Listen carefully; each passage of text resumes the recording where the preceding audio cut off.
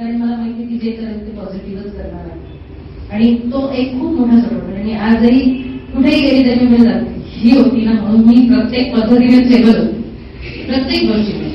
त्याच्यामुळे as an parent आपण आपलं सराउंडिंग कसं बघू शकतो. कॉम्पिटिशन असलीच पाहिजे, पण competition should be healthy. It should be healthy within the parents, it should be healthy within students. म्हणजे कुठे क्लासला गेला किंवा काय तुमच्या नोट्स, तुमचे टेस्ट पेपर आपण बोलत नाही, उलट तुम्ही द्या, जेवढं द्याल तेवढं तुमच्याकडे परत रिटर्न येणार आहे. येस, आणि माझं पोरगा फक्त इलाजा करतो, मला इलाजा करतो. म्हणजे जे काय असेल तर लहानचा की नाही मुलं वाटतील सांगितले करावं लागेल. म्हणजे कसं असतं माहिती का, आयांचा रेजिस्टन्स होऊन जातो. अगदी आपण लहानपणापासून मुलांना सांगत असतो. शेवटी मुलं 11वी 12वी आता एमडी तर सगळे बऱ्यापैकी तुमच्या ग्रुपमध्ये डॉक्टर्स आहेत. प्रत्येकाची ॲडॉलेसंट स्टेज काही की 7वी 8वी येऊन जाते. ते पोरं बऱ्यापैकी 11वी 12वीला शांत असतात. ज्यांची फेज 11वी 12वी येते ते खूप त्रास असते, मला तेच करते. म्हणजे थोडंसं त्याच्या तब्येतीच्या हिशोबाने त्याची फेज लेट झाली. त्याच्यामुळे त्याच्यात जे चेंजेस होते ना ते खूप मला तेव्हा सहन करावा लागेल. जो चिडचिडपणा जो तुम्ही 7वी 8वी 9वी तुम्ही बऱ्याच पॅरेंट्सने फेस केला असेल तो काही ना 11वी 12वी. मला असं वाटतं ती फेज येऊन जावी 7वी 8वी. म्हणजे 8वी 9वी 10वी मध्ये फेज जर गेली ना 11वी 12वी बऱ्यापैकी शांत जातं. तर तो घाबरायचा फक्त येला. आणि दुसरं म्हणजे ना राईट देऊ नका. असे छान ग्रुप तयार करा. समजा 2 मैत्रिणी आहेत तर तुम्ही, आणि असं नाही की मुलांनी ज्या चुका केल्या ना लपवू नका. उलट तुम्ही टेन्शन फ्री व्हायचं असेल ना तर मैत्रिणी म्हणजे आपल्या एका मैत्रिणीला सांगून टाका की आज हा असा करतो. काही असो, एनी हो कसलंही असो, तर तुम्ही जेव्हा डिस्कस करतात ना तेव्हा तुम्हाला एकमेकांकडून काहीतरी तर मिळतं. आणि ते राईट्स पण देऊन टाका एकमेकांना की तू माझ्या मुलाला सांग आणि मी मुलाला सांगते. आणि असे राईट्स देऊन टाकले काय शिवाय त्याच्या मार बोल काही तुला जे करायचं सगळ्यांना सुद्धा सांगितलं तुम्हाला काय जे करायचं ते नाहीच तुम्हाला एकमेकांमध्ये करायचं तर तुम्ही सगळ्यांशी डिस्कस करा. हे दोघं जर म्हणजे आपण किती खूप पैसे देऊन कौन्सिलर्स लावतो, पण पॅरेंट्स सगळ्यात चांगला कौन्सिलर. जशी मुलांना पहिले 4 वर्ष आईची गरज आहे तशी हे 2 वर्ष ही शेवटच्या वर्षी आपल्या मुलांवर आपल्याला घ्यायची. नंतर एकदा मुलं बाहेर पडली आपल्या मुलांची कॉन्टॅक्ट नाही. त्याच्यामुळे सगळं बाजूला सोडा आणि मुलांना जेवढा वेळ देता येईल तेवढा वेळ द्या. असं नाही की फक्त अभ्यासासाठी, त्यांच्या प्रत्येक गोष्टीसाठी चांगला मित्र आणि मैत्रीण बनवून द्या. म्हणजे माझ्याच मुलाचं नाही, मी अजून एक उदाहरण देते. मी आता नाव नाही घेणार. खूप चांगला अभ्यास करत होता, खूप छान. त्याच्या वडिलांचं पण खूप लक्ष होतं. शेवटचे 6 महिने त्यांनी ओव्हर कॉन्फिडन्समध्ये त्याच्याकडे लक्ष दिलं. तर ह्या एजमध्ये सगळ्याच गोष्टी एक तर मुली आवडणार, हे आवडणार, ते आवडणार. तर पेपरला आला की तो मुलांना सांगून द्यायचा की मी आलो बायोमेट्रिक होऊन जायची आणि जायचा. मला एकदा तो सापडला पावडा खाताना मुलीसोबत. त्याने लगेच इमिजिएट शिवला फोन केला, तुझ्या मम्मीला सांगून दे माझ्या पप्पांपर्यंत जाऊन येऊ प्लीज, रिक्वेस्ट करतो. मग मी शिवला म्हटलं अरे चुकीचं आहे, आपल्याला ऍटलीस्ट इन्फॉर्म करायचं. मम्मा तुझं सांगितलं तर बघ, मी तर अजून याच्या पुढे काहीच करणार नाही. तर म्हणजे खरोखर त्याला 650 640 असे मार्क्स होते. त्याला पेमेंट ऍडमिशन रिपीट करणार होता, पण रिपीट करण्यामध्ये पण तो थोडासा डिप्रेस झाला. शेवटी पालकांनी डिसिजन घेतलं की जाऊ दे आपण केलं. पण ते जर 6 महिने त्यांनी थोडं अजून लक्ष देऊन केलं असतं म्हणजे तुम्ही बाकीच्या पण गोष्टी विचार करा. कोणत्या मित्रांमध्ये राहतो, खूप हुशार पण असतात ना ते कधी कधी थोडंसं. आता माझाही मुलगा खूपच चांगला होता, पण असे काही मित्र मिळाले की त्यांनी त्याला हे समजून सांगितलं की हे किती लेंदी शिक्षण आहे. मला वयाची तो मला बोलायचा मम्मा तू इतकी म्हणजे 65 होशील तेव्हा मी 9 रुपयाचे. अशा शिक्षणाचा उपयोगच काय की ज्याच्यात मला किती उशिरा पैसे कमवायचे.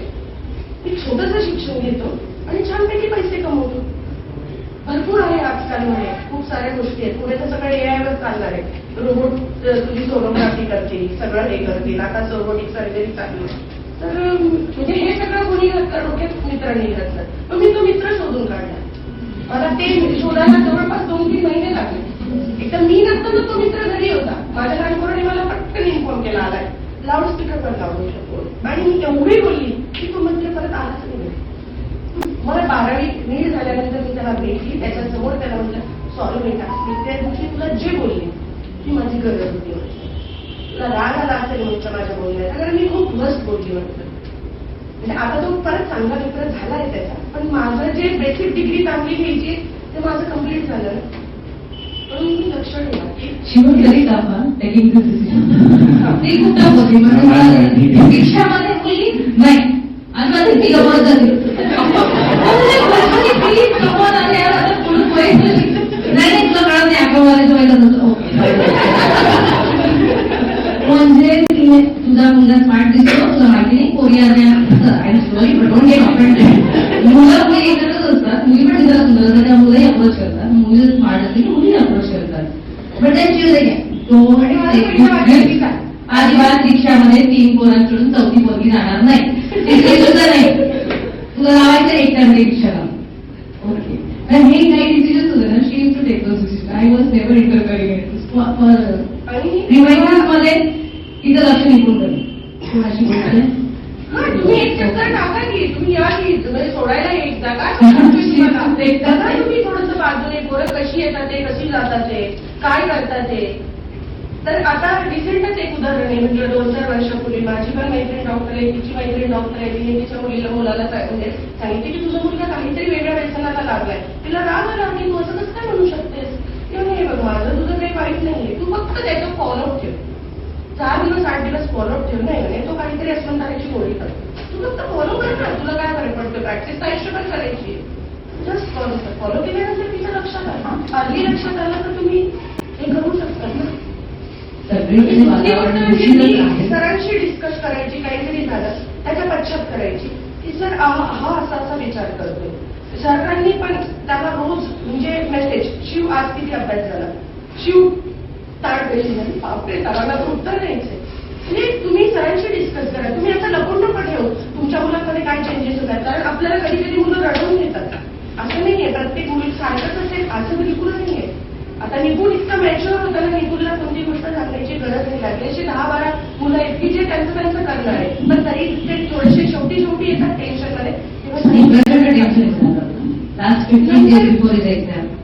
He started crying. त्याला त्याचं रडायला यायचं. आणि मुली करतात म्हणजे निपुणला पण करायचं टेन्शन मध्ये यायची. तिला टेन्शन घेऊ नको तुझा निपुण फर्स्ट क्राईम. हे माझं पहिलं वाक्य म्हणजे 12वी पासूनचं वाक्य. ती तू वेळीच का तो 10th रँक वर आहे 12वी रँक वर राहू दे ना. ही आत्ताच्या टेस्ट सिरीजची रँक मॅटर नाही करत.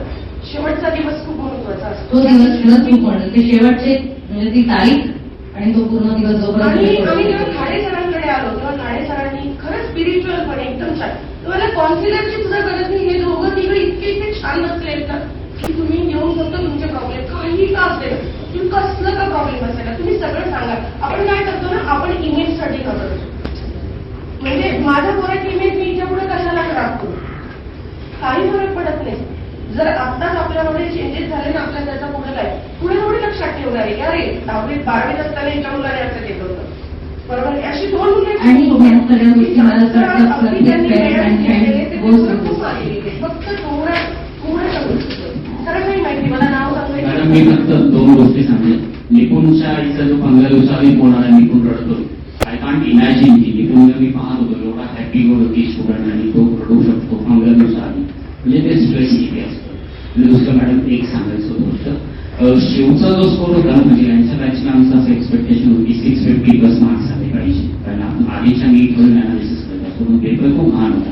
तर शिवचा स्कोर जो यायचा 530 540 एवढा स्कोर होता. म्हणजे त्या मार्क्सला मागच्या वेळेस प्रायव्हेट ऍडमिशन भेटलं होतं प्रायव्हेट कॉलेजचं. आणि मॅमने जे एक्झाम्पल सांगितलं त्या स्टुडंटचा स्कोर यायचा 650 आणि त्याचं गव्हर्नमेंट ऍडमिशन मुंबईमध्ये फिक्स होतं. पण तो कोणती ती जे आता जे 10 मिनिटाले डिस्कशन चालू होतं मॅडम एवढं सगळ्यांना मदत केली की फिरून पुन्हा मॅडमकडे झालं. म्हणजे निपुणचा फायनल स्कोर वॉज 520 करोड शिवचा फायनल स्कोर तेवढाच आला 525. त्या स्टुडंटचा स्कोर पेपर जर सोपा आला असता तर माझं शिवचं गणित होतं की तुम्ही सरांना सांगून टाकलं होतं की जर पेपर सोपा असेल आला असता तर माझा आवाज तर माझा स्कोर मी सरांना म्हटलं तर 630 किंवा 740 एवढा स्कोर त्याच्यापेक्षा तो जास्त झाला. कारण आम्हाला केमिस्ट्री बिलकुल आवडत नव्हतं. फिजिक्स छान होतं म्हणून तो आता सर्वाईव्ह झाला. पण केमिस्ट्रीसाठी शेवटी म्हणजे केमिस्ट्री तो 80-90 बस बिलकुल नाही. बायो सरांमुळे छान होतं आणि फिजिक्स पण एकदम छान करायचं तो त्याच्यामुळे त्यावेळेस फिजिक्स होता. तर सरांनी शेवटी म्हणजे सरांनी तर शिकवलं नाही फक्त एक सपोर्ट की नाही तुला करायचंय तू करू शकतो. केमिस्ट्री जर अजून छान मार्क्स राहिले असतं बऱ्यापैकी खूप छान झालं असं. मग ते केमिस्ट्री 90 वरून कमीत कमी 120-130 पर्यंत तरी गेलो आणि जीएफसी मिळाली. केमिस्ट्री बिलकुल नाही, मला याचं नजरायचंच नाही बिलकुल. अशी मुलं असतात की मग, आणि कसं असतं माहिती का, आपण असा हात धरतो मुलांचा आणि एक वेळ अशी येते की जाऊन ते सोडून द्यावा. आपला नवरा, माझा नवरा तर म्हणायचं कशाला मला हे करते, सोड, पेमेंटला पाठवून देऊ आणि एवढं काम नाही करून द्यायचं, बस झालं. इतकं पण त्याला लोड देऊ नको, तू पण लोड वाटायचं की जाऊ द्यायचा, हात सोडतो, परत वाटायचं हे हात सोडला तर दुसऱ्या कोणाचा तरी हात पडला.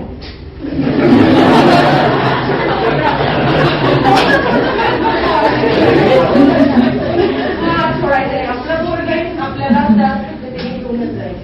जेव्हा आई वडील ठरवतात ना आपल्या मुलासाठी, कारण आपण जेव्हा होतो ना तेव्हा आपली सिस्टीम खूप वेगळी होती. आपण कुठे अभ्यास करायचो, कुठे शाळेत जायचो, काही नाही, कारण आपल्याला स्वतःलाच खूप हे होते. आता इतकं सगळं बदललेलं आहे. आता जे पॅरेंट्स मुलांना हातात घेतील ते पॅरेंट्स, म्हणजे याच्यामध्ये पॅरेंट्स पण जास्त खूप मोठा रोल आहे. मग कमी होता. मग तिथे शेवटी 3 महिने क्रॅश कोर्स केला होता. जर तुम्हाला वाटायला लागलं की हे चॅप्टर्स जड जातात, तुम्ही ते कस्टमाइज करून घ्या क्लासच्या व्यतिरिक्त. तुम्ही त्या शेवटी म्हणजे 1 to 1 करून घ्या, काही फरक पडले. 1.5 कोटी 1 कोटी भरण्यापेक्षा आता पैसे घेतलेले चांगले ना. आपण तिथे कुठेतरी थांबून जातो की ना पुन्हा कोणतरी लावून द्या, करू द्या. आपण लक्षात घ्या, त्याला विचारा की कोणते चॅप्टर्स अवघड जातात, ते काय जातात ते. मी पण मध्ये केमिस्ट्रीसाठीच पळाली थोडीशी. मध्ये मला वाटलं तर मी ओनम सरांकडून म्हणजे एका लेक्चरचे पे करून सर एवढं का त्याला करून घ्या, ऍटलीस्ट रिव्हिजन होऊन जाईल. केमिस्ट्रीचं थोडं तरी वाटेल त्याला की मी केमिस्ट्री करायला पाहिजे. केमिस्ट्रीकडे मुलांना इश्यू येतो, मोठा सब्जेक्ट आहे आणि ऑर्गॅनिक इनऑर्गॅनिक याच्यामुळे थोडं आणि डिस्कस करत चला एकमेकांमध्ये. तुम्ही ग्रुप हेल्दी बनवा, एकमेकांच्या गोष्टी एकमेकांना शेअर करा. आणि किती जबरदस्त सीरीज आमचीच मुलं पुढे जातील. पण तरी सुद्धा आता यांच्यामध्ये आता हे पहिले 10 असं एकमेकांमध्ये इतकं मुली एकमेकांना म्हणजे एवढं त्यांच्यात हे होतं ना, अशी कॉम्पिटिशन नसायची की निपुणला मार्क्स मिळाले तर 4 जणांना वाईट पडायचं, राजवर्धनला मिळाले की बाकीच्यांना वाईट पडायचं. ते होतच, दॅट इज ह्युमन टेंडन्सी असते. आपल्या मुलांना पण तसं सांगितलं ना, अरे देख चला काही बिघडत नाही. लपून पूर्वी आपण लपवायचो, आपल्या वेळेस होतं तेव्हा बोर्डवर होतं सगळं. आणि लिहिताना पण नोट्स माझ्याकडे full note this use to happen. पण आता असं आहे की तुमचं त्या दिवशी 4 तासामध्ये त्या विद्यार्थ्याची मेंटॅलिटी, त्याचं डिसिजन मेकिंग होते. काही मुलं क्वालिफाय पण नाही झाले, होण्यासारखे होते पण काही नाही झाले. फिजिक्सच्या पेपर पाहून त्यांना टेन्शन आलं. म्हणून मुलांना हसत खेळत हे करायचं, मैत्रिणी आणि मित्र, वडील असाल तर मित्र, वडीलच पूर्ण फोकस करत असाल तर मित्र, त्याच्या पोटात शिरून काढा त्याच्या डोक्यात काय चाललंय त्याच्या डोक्यात हे शिरून काढा. जोपर्यंत त्यांचा तुमच्यावर विश्वास येणार नाही ना, हा मग मी शूटर पूर्णपणे शिरून त्याच्या डोक्यात काय चाललंय ते नक्की काढून घ्यायची, की काढायलाच पाहिजे की त्याच्या डोक्यात काय चाललेलं आहे. आणि आपल्याला मुलं पण तेवढीच महत्वाची, फक्त अभ्यासच नाहीये. जिथे वाटायला लागेल की इथे त्रास होतोय तर खूप पुश करणार तर त्याचा एंड रिझल्ट वाईट मिळणार, तर तिथे तुम्ही बाकीच्यांची मदत घ्या. सरांची घ्या, खडे सरांची घ्या, जोशी सरांची घ्या. तिथे जास्त हे नका करू, मुलाला पण आनंद देवा. म्हणजे हो नाही हो ठीक आहे, नाही होत तीच ओके. माझं मुलगा म्हणायचं नाही करायचं, अरे बाय वॉकिंगचेच तर 40 प्रश्न आहेत, तेवढं तर 1 तास लागणार आहे. होऊन जायचं सगळं, परत 40 प्रश्न ठेवून द्यायचे. असं नाही करायचं की 3 तास पेपर लावून असतात. ते डॉक्टरवाल्यांनी करा. ज्यांना आपल्याला जीएमसीला जाईल आणि 3 तास लावून पेपर बघा. पण आपल्याला कळत आहे की आपल्या पोरांना आपल्याला कसं द्यायचं, तिथे आम्हाला भासले एकदम हसत खेळत त्याचं पण स्वतःच वाढलं पाहिजे. 40 प्रश्न कर, खूप 40 प्रश्न केले. संध्याकाळी पण फीस दुसरे घेऊन द्या. जेव्हा तुमचे लास्टला तेव्हा बोर्ड एक्झाम आणि सरांच्या टेस्ट सिरीजचं चांगलं असतात, सरांकडे सगळ्यात मानवा झाला.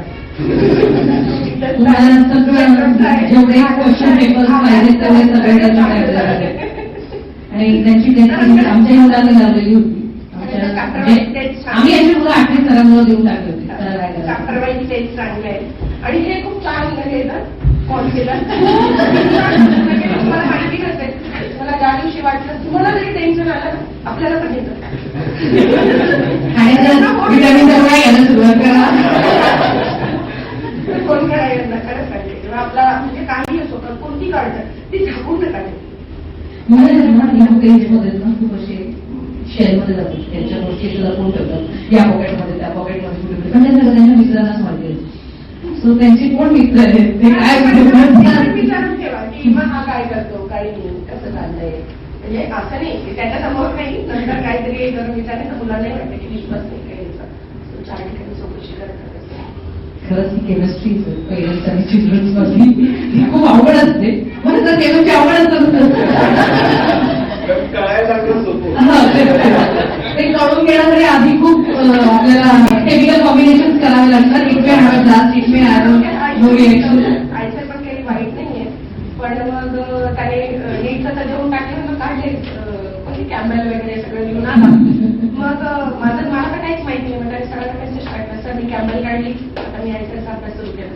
दोघांनी ठेवून गेलं, पुस्तक ठेवून द्यायचं, पुस्तक ठेवून द्यायचं आहे. तुला रिसर्च मध्ये जायचं, तू एमबीबीएसची चांगली डिग्री घे आणि मग नंतर तू जा रिसर्च मध्ये. नंतर मुलांचे नंतर चेंजेस पण होतात, काय नंतर करायचं जरी डोक्यात आहे. 4 दिवस विचार केला, मग कॅमेल बाजूला ठेवली. म्हणजे तिथे इव्हन ऍडमिशन घेताना सुद्धा तर यांच्यामुळे म्हणजे सर म्हटला हा मला सांगतोय हिरेला तो नाही म्हटला अजिबात नाही. सर म्हणजे 4 वाजेपर्यंत विचार कर. मला तर म्हणलं नाही, मला जायचं नाही, तू क्रॉस कर, तू कशाला भरलं, भरायलाच नको होतं. आणि सरांनी सांगितलं वेळावेळा करू नको, जवळ आहे तुझ्या, म्हणजे माझ्या नेटिव्ह प्लेसच्या जवळ आहे, पुढे मागे माझ्याच हॉस्पिटलला आला तर मला त्याचा परत फायदाही होणार आहे. सगळ्या गोष्टी सरांनी त्याला समजून सांगितलं. 6 वाजता तर साईट बंद होणार की 4 वाजता इट्स ओके. फर्स्ट राऊंड मध्ये चंद्रपूर भेटलो होतो दादा, he was very happy at चंद्रपूरचं कॉलेज पाहून आला होता, कारण नवीन बिल्डिंग मध्ये जाणार होते ना. मला चंद्रपूर आणि त्याचे मित्र होते, म्हणजे सिनियर आमच्या कलिगचे मुलं होते, तर त्याच्या आजी सोबतच जाणार असं होतं. Parents questions, parents you can ask anything. काय जेवण हसून तुमच्याशी बोलतोय ना, कारण आमचं टार्गेट अचीव्ह झालंय म्हणून कदाचित आज तुम्ही त्या फेजमध्ये आहात. म्हणजे तुम्हाला दिसते की उद्या तुमच्यामधून भरपूर सगळं टेन्शन असतं. आणि फिलिंग ते पुढे आम्ही पण असं होतो तुमच्याची काळजी, पण मुलांनी केलं आणि मोबाईल आणि काही असं असतं की काही डाऊट्स मोबाईलवर काढायचे, ऑनलाईन शोधायचे, अंडर दॅट तुम्ही बसा ना तोपर्यंत. लॅपटॉप पण घेऊन बसतात. लॅपटॉप असतोच प्रत्येकाची गरज. माझ्या मुलाला मी एवढा फोन दिला मोबाईल नव्हतेच ना दोघांकडे. सॉरी कुठे काय गरज पडते तेवढी मग मला उबर बुक करून आईची बुक करून फक्त त्याचं. पण ते मुलावर पण डिपेंड करतं की तो पण किती ऐकून घेतो. जर आपला मुलगा एक्स्ट्रीमच होत असेल तर त्याला काउन्सिल करा, make him understand that this is going to distraction प्रत्येक विद्यार्थ्याला होतो. टॉपर असतो तो, म्हणजे नॉर्मल जीएस लेवल असतो, कुठलाही नीटमध्ये येणार किंवा कुठलाही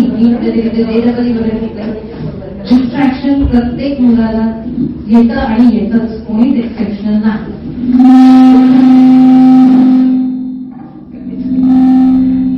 मला असं वाटतं त्याच्यापेक्षा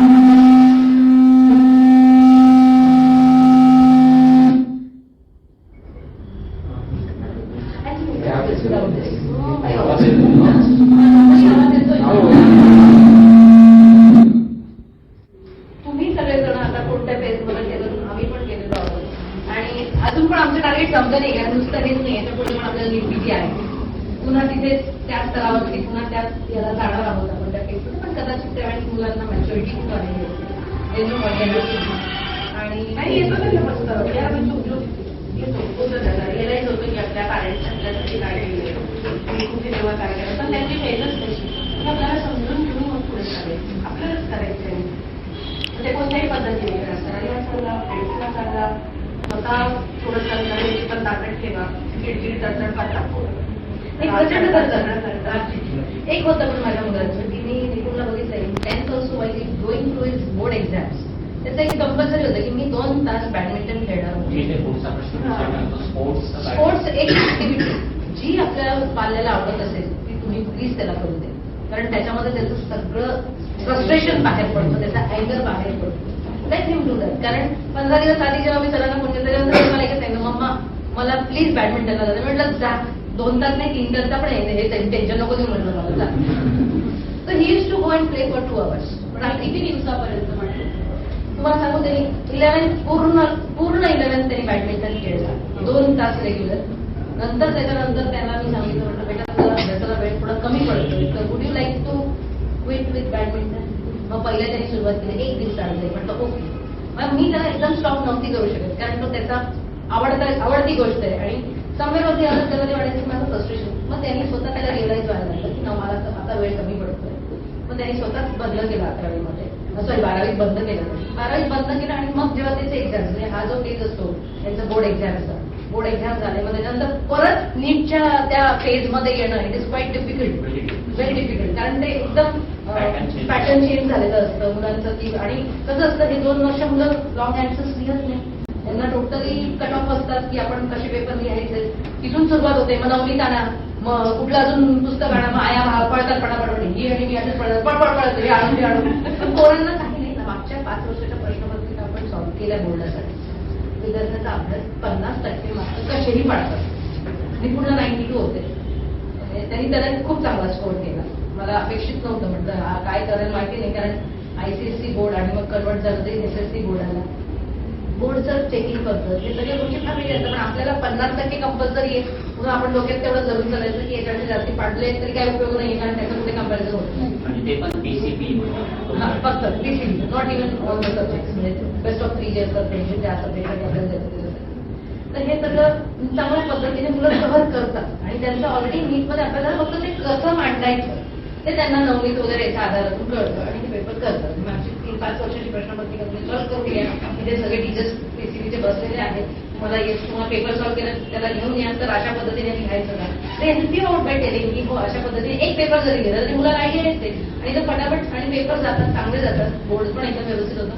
मग त्या फेजमधून तुम्हाला परत नीटच्या पेपरसाठी येणं हा एक चॅलेंज असतो. मग त्याच्यासाठी तर थोडा प्रयत्न करावा लागतो, खूप नाही पण ते होतं आणि ते छान पद्धतीने होतं. आणि उलट आत्मदाचा जो ब्रेक मिळाल्यानंतर अजून चांगल्या पद्धतीने मुलं अभ्यास करतात. फक्त तेवढा त्यांच्या तब्येत कारण कडक उन्हाळा, पेपर पण एकदम उन्हाळ्याचा कडक दिवसच असतो तो. म्हणजे मी तर म्हणते काय त्याला चुकतं मला माहिती मीच्या अगदी पिक पॉईंटला करत म्हणजे पोरांना त्या दिवशी आणि कुठलं सेंटर येईल काहीच सांगता येत नाही. आणि एक गोष्ट मला महत्वाची सांगायची आहे की जे व्हिज्युअलाइज करतात की याला अनुभव सांगतात. जैसे आमचे मुलं सांगतात होता अरे मेरे टाइम पे तो मैं यहाँ पे बैठा था खिड़की धूप आ रही थी मैं परेशान हो गया म्हणून पेपरमध्ये कॉन्सन्ट्रेशन. हे काहीही ऐकायचं तरी कोणाचं प्रत्येकाचा अनुभव वेगवेगळा आहे. आपल्या पोराला तोच प्रॉब्लेम येईल असं काही नाही. बरं आला तरी त्याला टेक ओव्हर करायचंच आहे. आपल्याला आपलं 2 वर्षाची मेहनत आज काढून त्याच्यात टाकायची ते त्यांनी लक्षात घेतलंच पाहिजे. तुमच्या बाजूला असणारे एक्झामिनर आपली सिस्टीम कशी आपल्याला चांगली माहिती आहे. त्या सिस्टीम मध्ये आपण कोणाला काही बोलू शकत नाही आणि नीटच्या पेपरच्या दिवशी कोणाशीही डोकं लावायची म्हणजे अनुभव येतो. जेई मध्ये पेपर देऊन टाकायची म्हणजे फक्त एक अनुभवासाठी की पेपरला कसं जायचंय काय जायचंय. आधार अपडेट आता मी जेईचा घेऊन गेली तर काहींचे आधारच अपडेट नव्हते. मुलं आणि पॅरेंट्स सोडून आणि निघून गेले. 2 मुलं तर इतके पॅनिक होऊन बाहेर ते मेन जेईचेच होते. त्यांचा आधार अपडेट नव्हतं. मग त्याच्या पॅरेंट्सला फोन करून म्हणजे very important done by the parents. मुलांचं येऊन you should not go into that thing. म्हणजे पेपरवर डॉक्युमेंटेशन पार्ट पेरेंट्स बाकी सगळं एक वेळेस बाजूला राहिलं तरी चालेल पण डॉक्युमेंटेशन पार्ट प्लीज एका फाईलमध्ये व्यवस्थित पद्धतीने पॅनिक न होता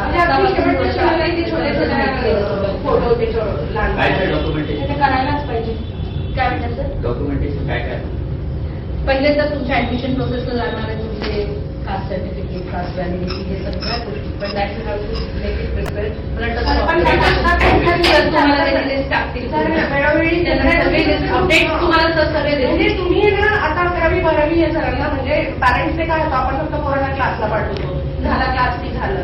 तुम्ही पण आता म्हणजे हे टीचर आहेत असं समजा आणि आपण पण स्टुडंट आहे असं आपण 2 वर्ष आपण पण लिहिले असं समजायचं त्यांच्या मागे लागायचं. आठवड्यातून 2 वेळा एखाद्या वेळा भेटायचं 15 दिवसातून हे यांना ते पण करायचं. बऱ्याच वेळा काय होतं आपण पोरं जात आहे येत आहे 2-2 महिने आपण टीचर्सला कोणी भेटतच नाही ना तुम्हाला कसं काय कळतात. मग आमच्यामध्ये पण काही असे होते की सर फक्त तुमच्याचकडे लक्ष अरे आम्ही आठवड्यातून एकदा जाऊन भेटतो 2 वेळा फोन करतो काय चाललंय काय नाही म्हणून तर मला बाकी गोष्टी असतात ना.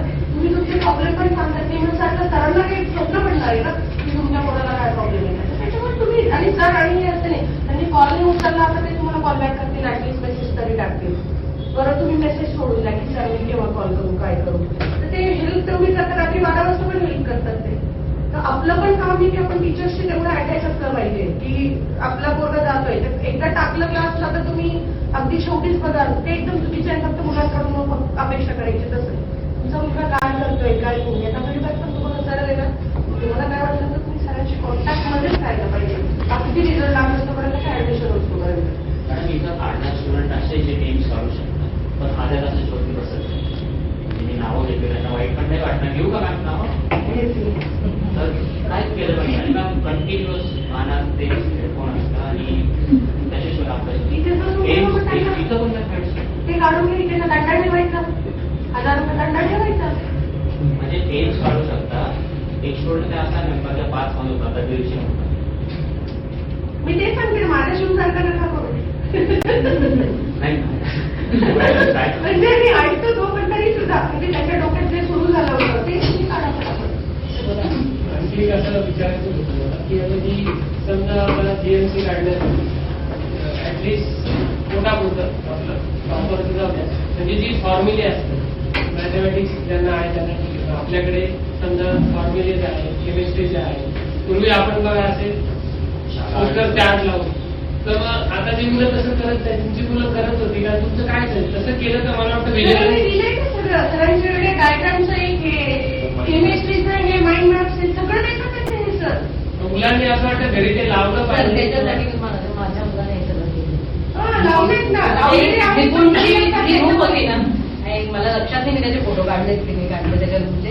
मी त्यावेळेला त्याचा अख्खा रूम अशी कुठलीच जागा नव्हती शिल्लक की त्याचं कुठेही आणि तो त्यांनी केलेला होता. त्याला मी काही सांगितलं नाही आणि त्यांनी त्याचं नंतर त्यांनी त्याचं स्वतःचे फॉर्म्युले जे वगैरे होते ना ते एका काढून त्याच्या रूम मध्ये सगळं लावलेलं होतं. माझ्याकडे ते काचेचे डोअर्स आहेत ना त्या डोअर्स वरती ते आपण करायला सुरुवात करायची. आपण सुरू केलं की त्याला सांगून बसत नसेल ना आपण पुस्तक काढून असेल मी बघते थोडंसं काय काही आपण बसतात सांगून नाही ऐकत आहे ना तुम्ही बसा आणि तुम्ही बसा एक तास काय फरक नाही. आपल्याला आपण जर आपल्या कामात एवढी मेहनत केलं तर एवढी मेहनत केलं तर किती स्टुडंट अपिअरिंग बसलेले अपिअरिंग स्टुडंट नाही आता हे सगळे 11th आहे ना पण ते आहेत ना नीटसाठी पुढच्या वर्षी होणार पण मग आता आहेत किती स्टुडंट किती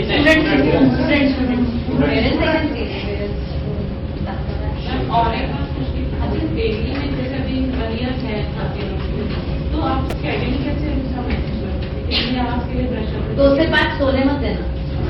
2 से 5 2 to 5 don't let them sleep. माझ्या मुलाचं तरी होतं लिहूनचं मी बघितलंय तो काही 12 1 2 some students they need much time to grasp. It is like for 2 hours also a child may take 1 week may take 2 hours to grasp. A child may take just 10 minutes to grasp for 1 week. Daily hours करनी है. See, I'll tell you, productive work होना चाहिए. If you sit for 10 hours but there is no productivity, then it is of no use. If you sit for 2 hours but the effective study होना चाहिए. जैसे वो पढ़ रहा है ना तो उसका इतना कॉन्सेंट्रेशन होना चाहिए कि उसने वो 2 घंटे का 2 घंटे में कितना लेना चाहिए. 10 घंटे में अगर आप 2 घंटे का पढ़ाई लेते हो तो वर्क नहीं. तो इसलिए मैंने पूछा हमें लड़के बच्चे कितने बैठे हैं because it is up to the child that when you are studying your concentration level should be the highest. कि आप 2 घंटे में कम से कम आपका पढ़ाई जो है ना इट शुड बी मैक्सिमम. तो वो आपने ग्रास्प करना है. हर एक बच्चे का अलग अलग है. अगर बच्चा मैं distribution of hours for studies I think sir ने पहले तुम्हाला एक काम लावून सरांना जवळपास सगळे मुलं माहिती किती करणारे काय करणार त्यांच्याकडून शेड्यूल आपण घ्या. एक अपॉइंटमेंट घ्यायची सर तेवढा वेळ देणार 100%. सर प्रॉपर तुम्हाला सांगतो कसा कसा अभ्यास करून द्यायचा आहे कसं शेड्यूल आपण द्यायचं 100% फॉलो करणार आज मीटिंगच पेरेंट्सची आहे. बनवून देता मॅडम आणि मग नाही ते पण स्टुडंट आहे मी काय बोलली तुम्हाला आपल्याला पण स्टुडंट बनायचे आता त्यांच्यासोबत पॉझिटिव्हिटी ठेवायची. ही गोष्ट पण आहे स्पोर्ट्स म्हणजे ती सगळ्या विचारांची करा गेमची काढेल 100% काढेल ही पॉझिटिव्हिटी ठेवायची 100% काढेल.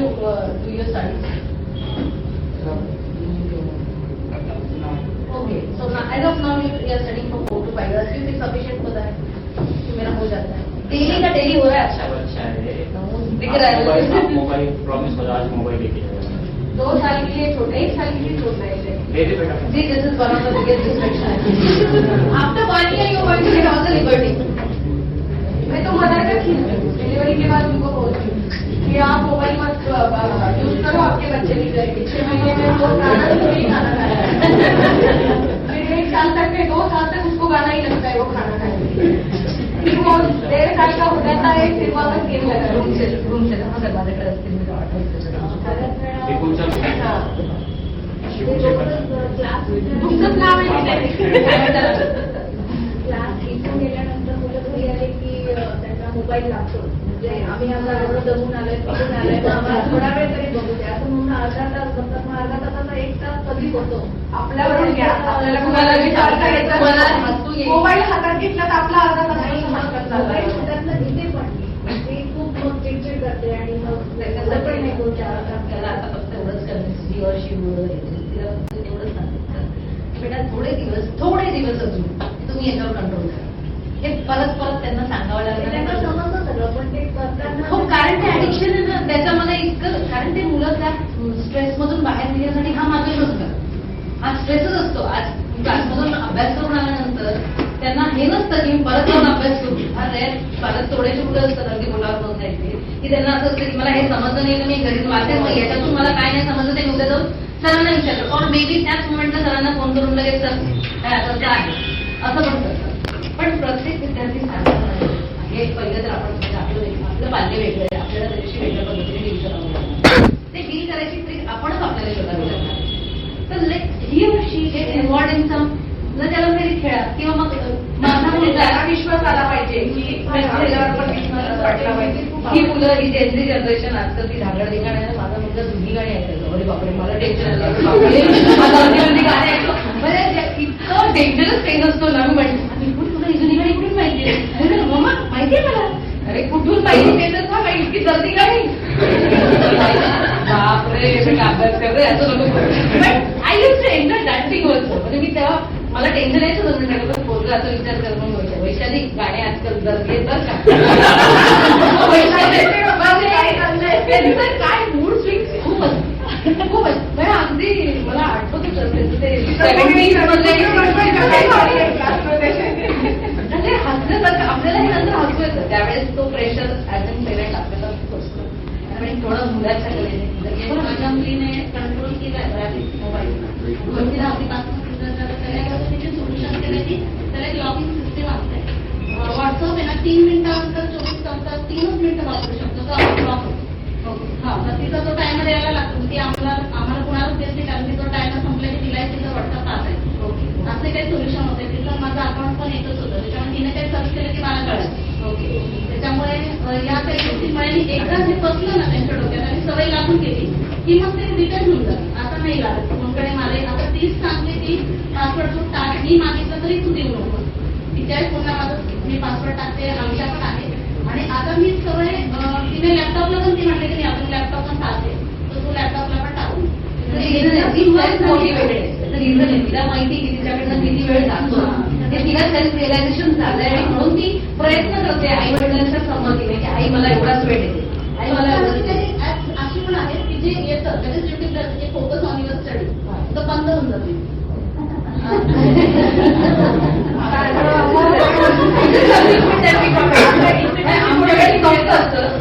पण त्यांच्याकडे तर अशी काय सिस्टीम असेल तर get to know how can you work out with this system आणि बेस्ट मला त्याच्यामध्ये थोडा निपुण दिसतोय.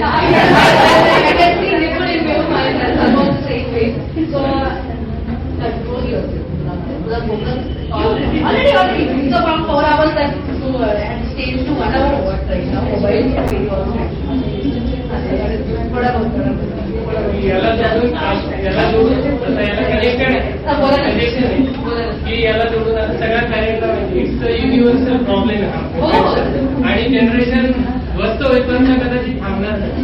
हा मुलं इनोसेंट आहे. त्यांना माझा मुलगा तुमचा मुलगा त्याला राग येणार आहे सांगितलं कारण एखाद्या दिवशी म्हणजे महिन्यातून काही दिवस असं एखादा कॉन्सिलर अजून मधून एकदा बोलवून त्याचे दिरायचं म्हणून कारण ते तुम्हाला जिष्टू झाले असतील सर सांगतात करायचे तर अशा माणसाकडून मग त्यांच्या ब्रेनवर ग्रे मॅटरवर इम्प्रिंट होईल की नाही बाबा हे रिस्की तर थोडस कारण ही सगळं मेहनत आपण घेतोय पण मोबाईल सुटला नाही तर काही अर्थ राहणार. सरांचं एक लेक्चर घ्या. सरांचं गेले असायचं नाही छान सांगतात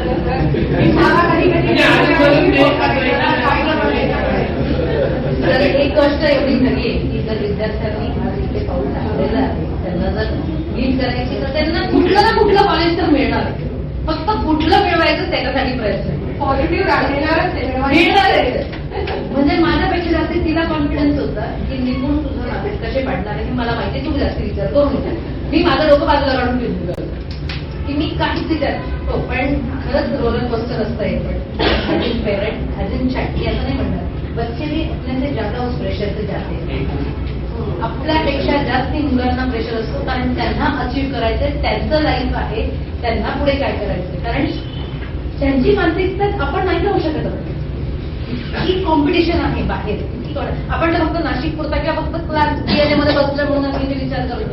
पण ऑल ओव्हर इंडिया मुलं जेव्हा कम्पीट करतात त्यावेळेस फार त्यांना माहिती की ते काय प्रेशर मधून जातात. ऑल इंडिया रँक वाटवायची की नाही आम्हाला टेन्शन असतं.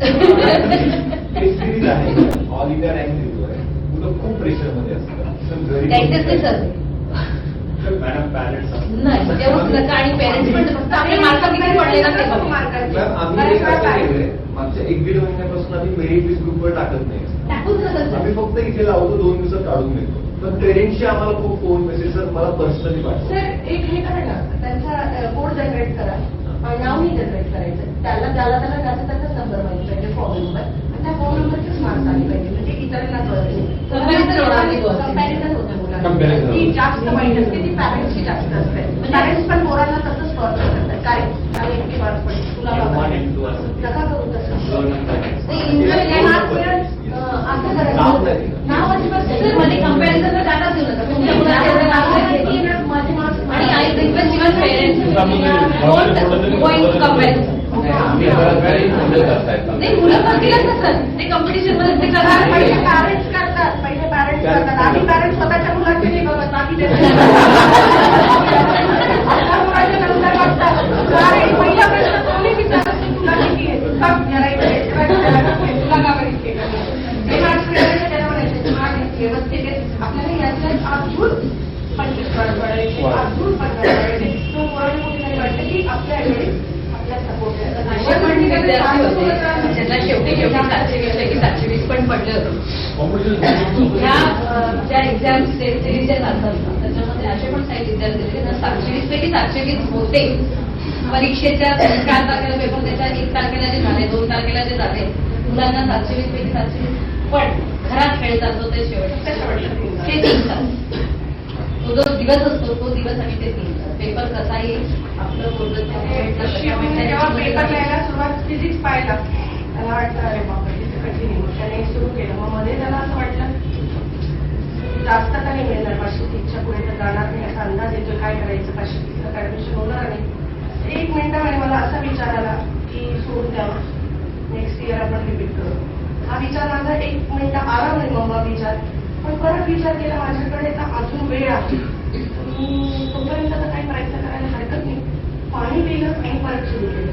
बाहेर आल्यानंतर त्यांनी जेवढे मार्क्स सांगितले तेवढेच की मला जास्तीत जास्त किती माहिती माझा 12 क्वेश्चन राहून गेले फिजिक्स पण जे केले ते मी व्यवस्थित करतो. मला केमिस्ट्री माझं माहिती पण मी तोपर्यंत जाईल म्हणजे त्याचं जे कॅल्क्युलेशन होतं ते एकदम. पण त्याच्या डोक्यात परीक्षेच्या वेळेस काय विचार आला तो त्याने मला सांगितलं की मम्मा मला 1 मिनिट असा विचार आला होता की स्टॉप काहीच करायचं नाही. डोकं टेकून देतो नेक्स्ट इयर पेपर देऊ नाही तर आहे आपल्या आईचं.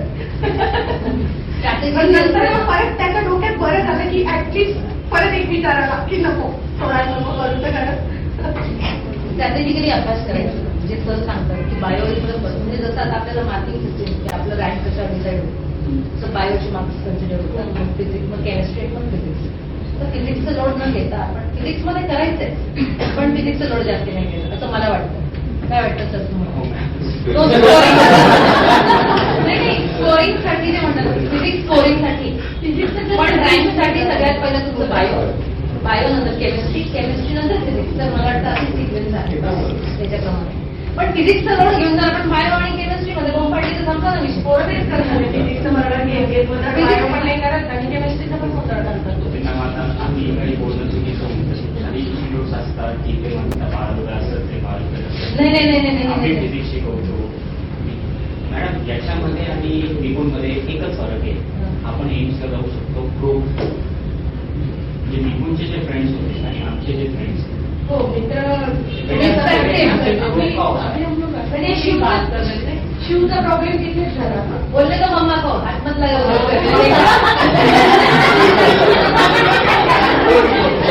बोलना नहीं अभी बात कर रहे हो सबसे लोग पाएगी बेटा शिवचा प्रॉब्लेम तिथेच झाला मित्र.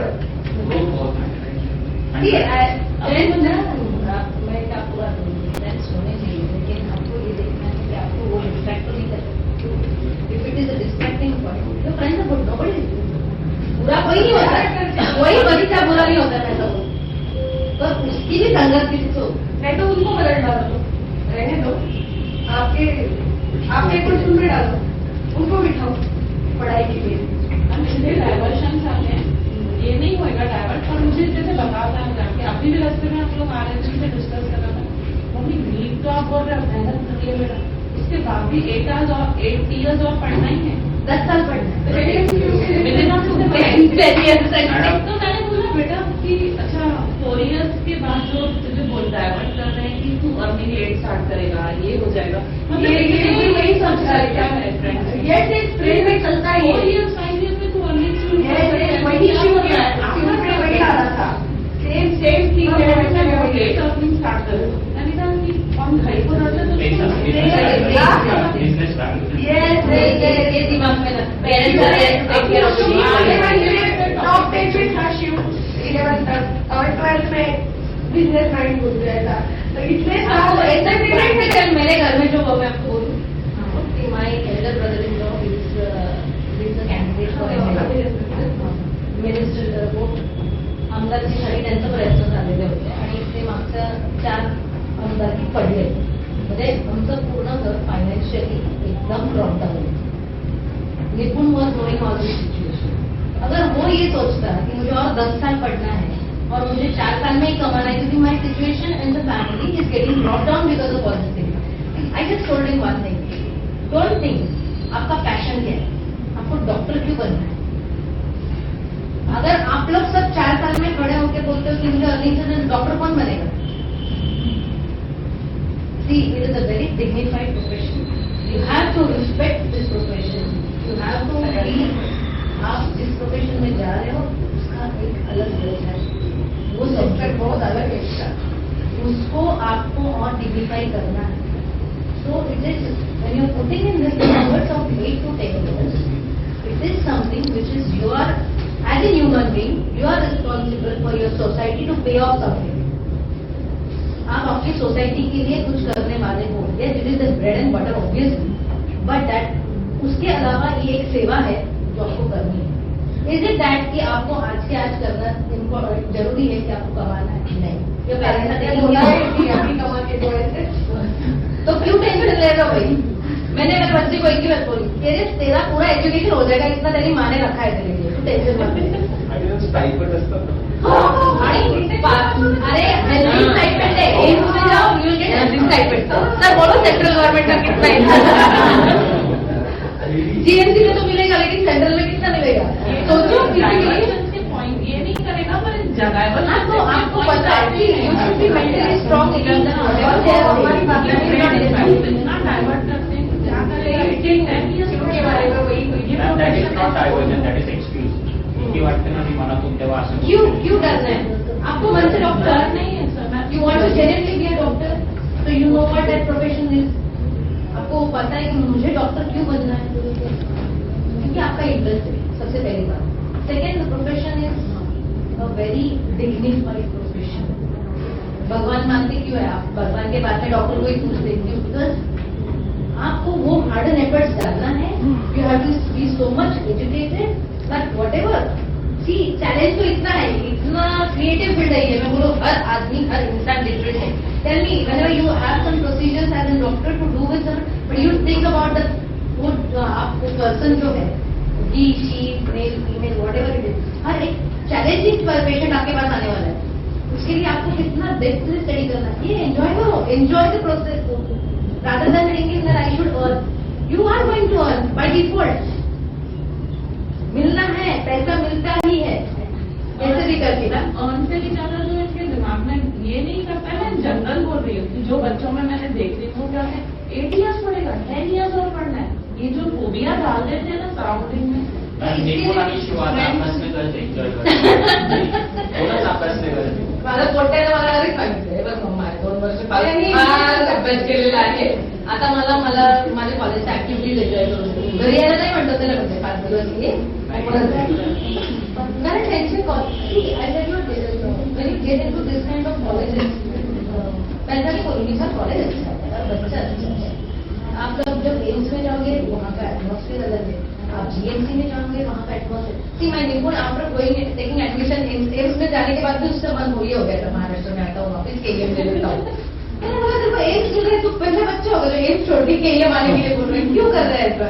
नहीं मम्मा मैं कौन से ये भी कर रही थी उसको भी I have only one child. मला एकच मुलगा आहे.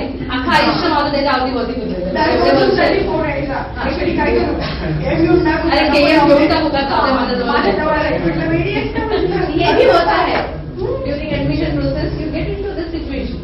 And first of all, as I can see you that you have that charm in yourself. So don't let it hunt by somebody. You have that capability. आपल्या surrounding में कोई कुछ भी बात करे निपुणचा असो, निपुणला काहीच ऐकू यायचं नाही. कोण काय म्हणतं त्याच्या कामाचं जेवढं घ्यायचं बाकी सोडून देतात. मी 100चा आप बोल रहे हो ना 4 संध्या निपुण बोल यही का बच्चा है सुन रहा तो हो जाएगा तेरे से. और जब उसके 99.5 किया आई वॉज सो कॉन्फिडेंट ये तो एडवांस तो कैसे भी करके IIT में जाएगा ही. पर उसने मेरे को क्लियर कर बोला तू पहले ना 11th में जाके 11th ने मुझसे मैथ्स रखा 12th में जाके बोलता है माझं मॅथ्स काढून दे नाही तर तुम्हाला डायरेक्ट त्यालाच ऍडमिशन घ्यायला लावले. म्हणजे इंजिनिअरिंगच करायला लावले.